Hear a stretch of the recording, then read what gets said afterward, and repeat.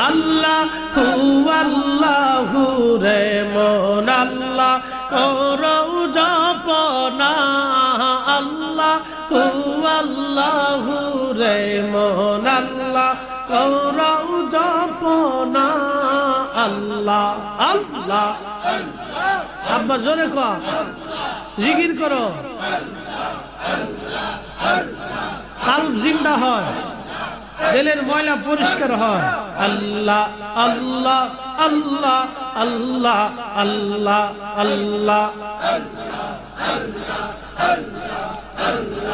আল্লাহর জিকির না করিলে মাওলার দর্শন পাইবা না